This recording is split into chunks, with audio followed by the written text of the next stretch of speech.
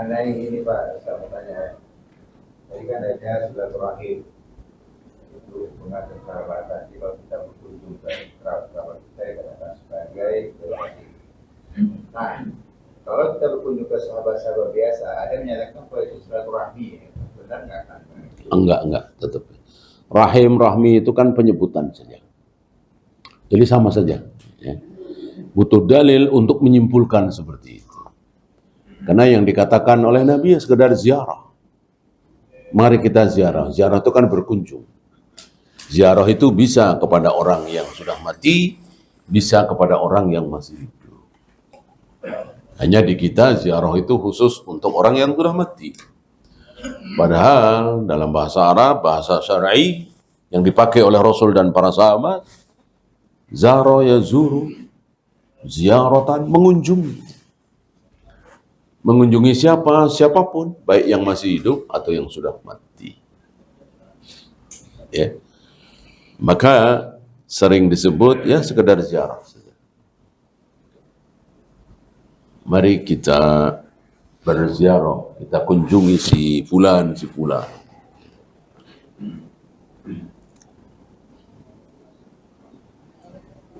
Ketika tetangga melakukan amalan bid'ah dan kita diajak ikut tapi cuek, tidak ikut dan tidak menyampaikan kalau itu bid'ah karena takut dikucilkan. Tergantung siapa dia, siapa kita. Gitu. Barangkali kita ini besar di mata dia. Gitu. Taruhlah dia nggak tahu apa tentang agama, taruhlah mu'alaf lah, baru setengah tahun masuk Islam misalnya. Nah, dia melihat kita sebagai orang yang rajin ke masjid misalnya, ya paham agama. Nah, tiba-tiba dia mau ngadain tahlilan misalnya, ya kita sampaikan. Bahwa ini bukan ajaran Islam, ini sekedar tradisi saja, begini. Ah, mudah-mudahan terima. Orang dia sikoh sama kita, gitu. Beda kalau sebaliknya, kita pendatang di situ, ya kan? Baru 3 bulan, ini tetangga kita, ini kiai, gitu. Ngadain tahlilan, ngundang antum, ya. Antum nasihatin seperti tadi, ya. Kira-kira terima? Ya, apa dikepret antum? Ya, antum dikepret. Bukannya diterima. Ente siapa? Gitu. Dia kiai besar. Jadi kita lihat siapa kita, siapa dia, kita lihat. Kalau enggak sikoh, ya ngapain kita bicara? Ya. Jadi ada kalanya kita bicara, menyampaikan, ada kalanya kita diam.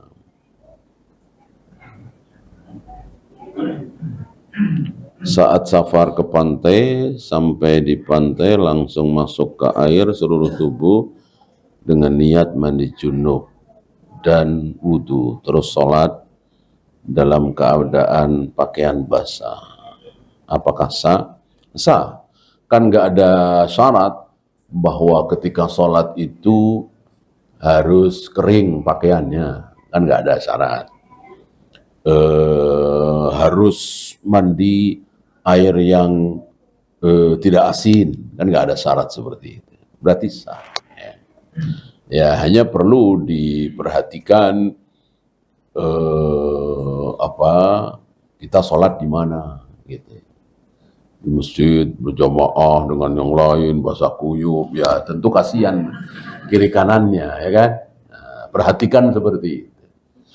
Adapun sah, kasihan kiri kanannya, kan. Anak orang kafir yang mati sebelum balik, apakah masuk surga atau neraka? Ini yang Rasulullah mengatakan, wallahu a'lam. Yang Rasulullah mengatakan, diam engkau. Gitu. Ketika beberapa sahabat mengatakan, ini anak-anak orang kafir yang mati ini masuk surga. Kata Nabi, mengatakan diam. Artinya, wallahu a'lam, kita serahkan kepada Allah. Adapun anak-anak kaum muslimin, iya, jelas. Jelas dalilnya, salah satu contohnya adalah Ibrahim.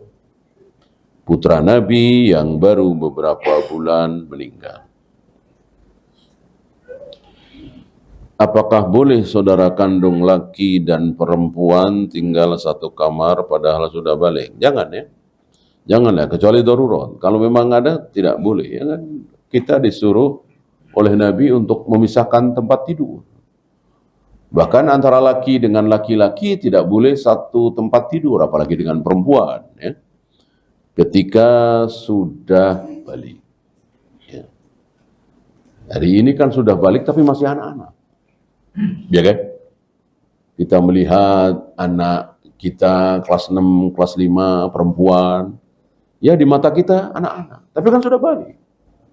Kelas 6, kelas 5 kan banyak yang sudah haid. Sudah haid berarti sudah balik. Ya kan? Nah, sebagian kita melihat, masih anak-anak, masih anak-anak. Padahal sudah balik.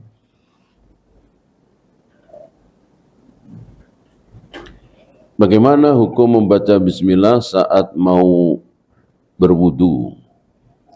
Sedangkan posisi keran wudu di kamar mandi. Ada toiletnya. Insya Allah nggak masalah ya.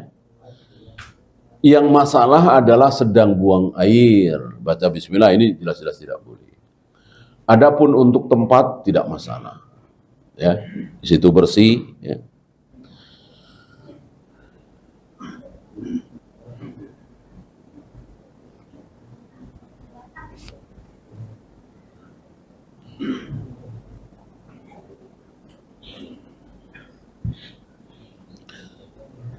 Ada yang mengatakan orang kafir lebih dimuliakan oleh Allah karena hari ini lebih kaya, sukses, dan seterusnya. Ini yang kita bahas tadi. Ini yang kita bahas tadi. Kalau hidup itu cuma dunia ini aja, iya. Dunia ini kan setitik ya. Dibanding dengan air lautan, cuma setetes dibanding dengan air lautan yang begitu banyak. Nah, yang hidup sebetulnya nanti di akhirat. Baru orang-orang kafir itu merasakan.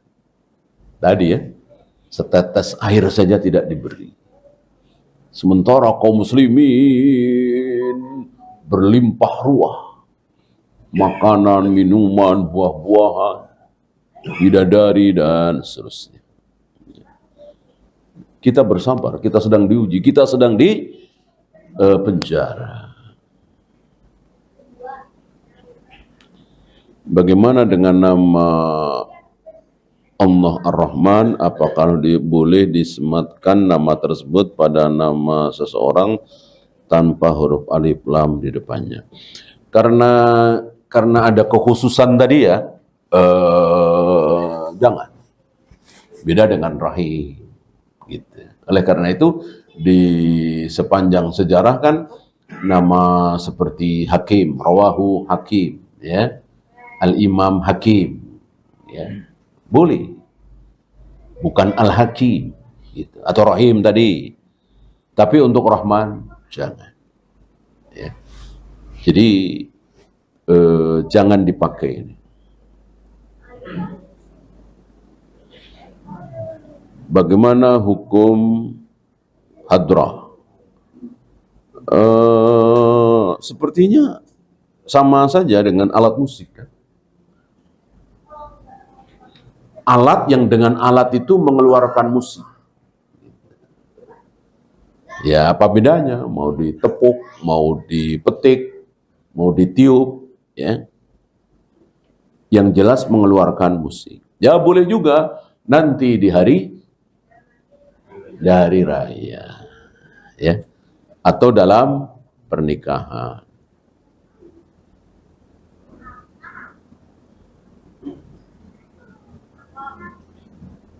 Untuk menghemat biaya kos, satu kos 2 laki-laki, bolehkah? Ya tetap ya, 2 tempat tidur, gitu ya. Atau atas bawah, seperti di pesantren-pesantren. Artinya harus kita jaga. Tidak mentang-mentang laki-laki dengan laki-laki. Allahu. Ya, silakan. kan baru-baru ini Menteri Agama kita melakukan kata bersama dengan alasan toleransi. Apakah itu termasuk dia keluar dari Islam, dia mengakui anak Tuhan punya anak Tuhan? Bisa. Ancaman itu ada. Cuman kan kita tidak tahu apakah dia meyakini seperti itu atau nggak enak saja. Gitu. Oleh karena itu menuduh jangan. Bahwa dia bisa kufur keluar dari, ya bisa. Tapi memastikan jangan. Ada iqamatul hujjah, ya kan? Allah. Jangan. Habis membaca Al-Quran doanya Nggak ada. Ya. Nggak ada. Ya kita tunggu mana sampai ada hadis sahih Rasul, para sahabat membaca apa setelah selesai baca Al-Quran. Ya, kifaratul majlis misalnya, ya mana gitu. Nah, selama ini yang kita tahu kifaratul majlis kan ya kifaratul majlis setelah selesai majlis seperti itu. Untuk baca Al-Quran, ya, kita ini kan ibadah. Tidak boleh kita ngarang sendiri, tidak boleh dengan akal kita. Kita menunggu dalil apa yang dibaca oleh Nabi setiap kali selesai baca Al-Quran.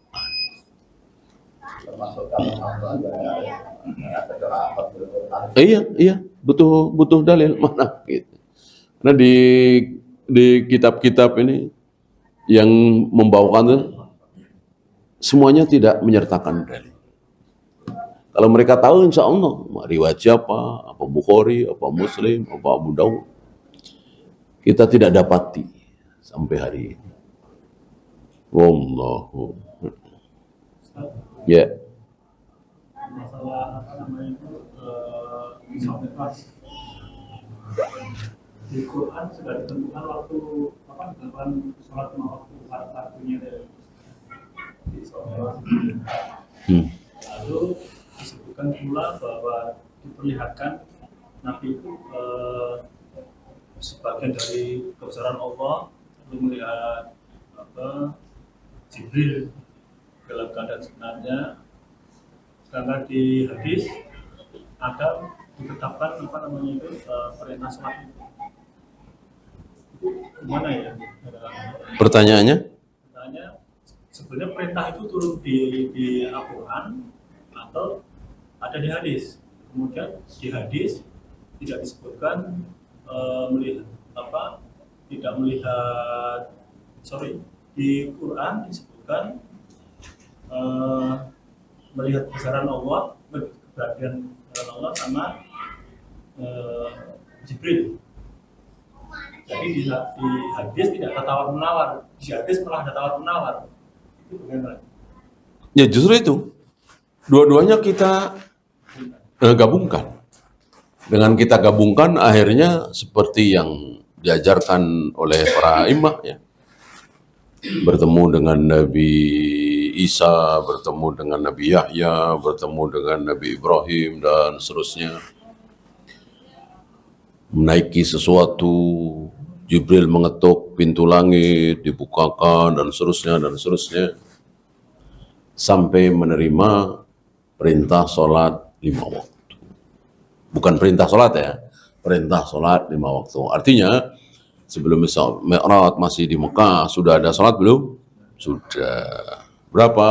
2 rakaat. Mau pagi, mau sore, mau malam, mau petang. Nggak ada aturan. Nah, setelah Isra Mi'raj, ada subuh, ada zuhur, ada asar, dan seterusnya. Dan itu tidak disebutkan di Al-Quran. Adanya di hadis. Artinya langsung Nabi mengajak para sahabat, ini sholat subuh, ini sholat zuhur, ini sholat asar. Artinya jangan kita memakai satu dalil, membuang dalil yang lain. Semua dalil harus digabung. Wallahu. Habis kita akhiri. Subhanakallahumma bihamdika asyhadu an la ilaha illa anta astaghfiruka wa atubu ilaik. Assalamualaikum warahmatullahi wabarakatuh.